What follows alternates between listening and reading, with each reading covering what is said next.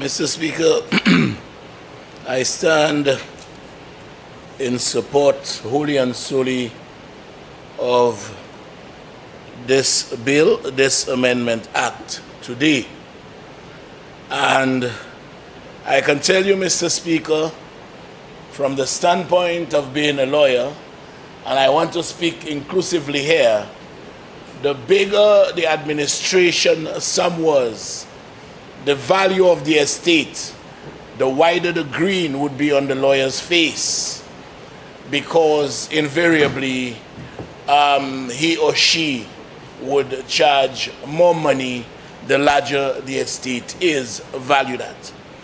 But Mr. Speaker, for a very, very long time, those persons who unfortunately find themselves at the lower end of the financial spectrum encountered much difficulty because, first and foremost, there was no provision for the registrar to have intervened and to have executed letters of administration. So the first step, Mr. Speaker, was to ensure that at least where the estate is worth no more than $5,000, then the registrar can intervene to avert the expenditure by the successors of such a small sum. So it is embracing, heartening, and of course, you know, Mr. Speaker, it appeals to the consciences of good men and women to understand what Maliways go through. Mr. Speaker, if you address your mind to the situation one would have lived for the entirety of his estate when he meets his demise and goes to see the maker, for his entire estate to be valued at $5,000, we must admit he was a pauper. He would have had to be a pauper. And for those persons who are inheriting that little bit of inheritance to face a lawyer, Mr. Speaker, that in itself was unconscionable. But some lawyers, you know, they don't care. I mean, they're there to make their money, and that's what it is. Some are conscionable. But, Mr. Speaker, I'm glad we are putting this in place. I have one reservation. I do believe, Mr. Speaker, in this climate of escalating prices, where values of property rise astronomically, I do believe that even $40,000 is insufficient. You will not find 4,000 square feet of land located anywhere unless somebody close to you decides, I will give it to you, residential that is, for $40,000. Probably agricultural, but if it's agricultural, it will not be divided into small lots of 4,000 square feet. So, Mr. Speaker, putting that in perspective, it is my view, my humble view, and I will at committee stage to ask this Honorable House, Mr. Speaker, to augment that 40,000 to 50,000. I do believe we can do that, Mr. Speaker, so that at least we provide greater latitude for those persons who are inheriting what is not a lot of when the entirety of your estate is $40,000, Mr. Speaker. Hear this well. You can't get a used vehicle for $40,000. You cannot get a good used vehicle for $40,000. It has to be a 2002 model. It has to be some motor car that has been beaten down. So we have to be realistic. So in that regard, there's an old saying, the maxim is whatever is worth doing, Mr. Speaker, is worth doing well. So in that regard, taking cognizance of prices of everything, and I reference the car. What car can you get? So a man dies, living as his sole asset, a car valued at $45,000. He goes to the lawyer to get the transfer done. The lawyer charges $5,000, $6,000, $7,000. Invariably, the asset has to absorb the value of the execution or administration of the estate. And if that's all he left behind, it then means the value of the car is augmented, not meritoriously, not by doing any work on it, but by the mere fact that there was a fee to be paid for transition to the owner who will now be entitled to sell it. So I do believe, Mr. Speaker, we can augment that. And I have absolutely no difficulties. It will bring relief. It will bring a lot of relief to a number of people in this country. And I could tell you, Mr. Speaker, when this bill is finally passed, a lot of St. Lucians, a lot of poorer people will be saying hooray for the government because they have done something to at least recognize that there is no need for the invocation of any kind of legal representative insofar as administering such a small estate is concerned.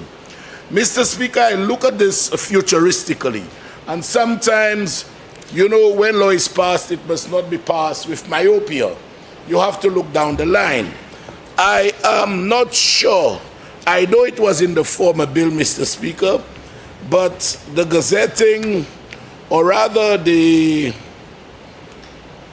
minister being empowered to do a valuation of the property, that in my mind, Mr. Speaker, because Mr. Speaker, let's face it, and I remember, Mr. Speaker, I remember being part of a former administration, and I'm saying this, Mr. Speaker, to reference that situation, being part of an administration holding a meeting at Coco Palm for us to discuss the acquisition of the Dahe Mall. And Mr. Speaker, you had some people sitting around the table who did not own a square foot of land, but were making a real estate decision on behalf of the entire country. That's the irony of it. So you don't own a car, you don't know how to drive, but you want to teach somebody to drive. That's the irony of it, Mr. Speaker. So I'm not sure, Mr. Speaker, with longevity and with the lack of myopia, that we necessarily want a minister, because that minister can be anybody. That minister can be anybody who is now empowered to do valuations. Probably if it was the member for Castries Southeast, who is realistically endowed with the skill set to do so, I would have had no difficulty. Remember, you're dealing with a part of the substantive act that is not dealt with in the amendment. Yeah, it's dealt with, Mr. Speaker. Where? On the 5, Section 3 of the Act is also amended to give the power to amend the value of the movable or immovable property comprising the testamentary succession or the intestate succession of a deceased person by an order published in the Gazette. Section 5? Yes, Mr. Speaker. Of the amendment before us? Yes, Mr. Speaker. Point 5, sorry, Mr. Speaker. Point 5. I'm a little lost. On the first page, point 5.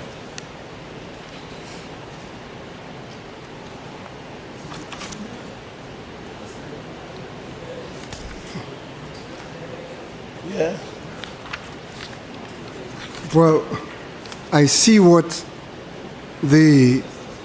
what 5 says. I don't see that reflected in Section 3. If you're going on the explanatory notes, I'm guided 5 to 40. Okay, well, yeah, but it still says under C, Mr. Speaker, notwithstanding subsection 1, the minister may by order in the Gazette amend the value under subsection 1. Yes, that's Mr. a different Speaker, thing. I agree with you. Point taken, Mr. Speaker.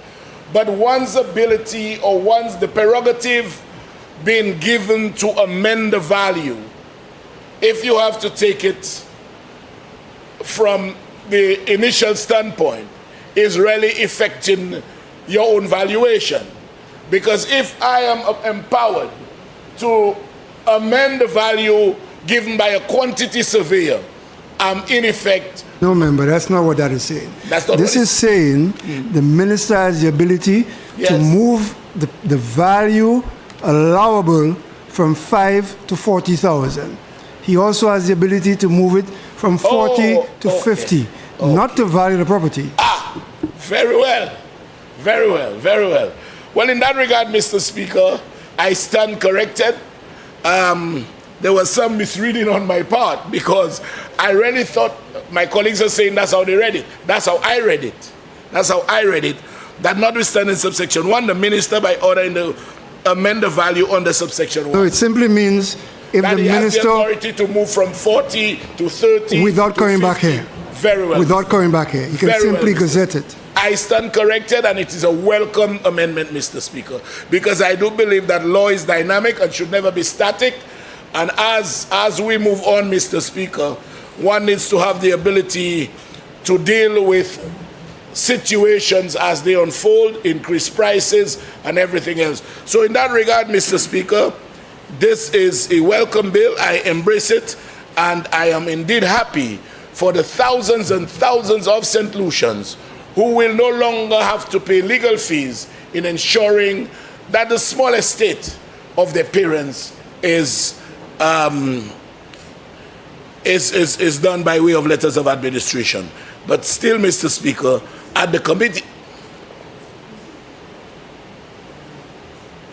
at the committee stage, I will suggest that we move from 40 to 50,000, notwithstanding the powers of the minister. I thank you, Mr. Speaker. I support the bill.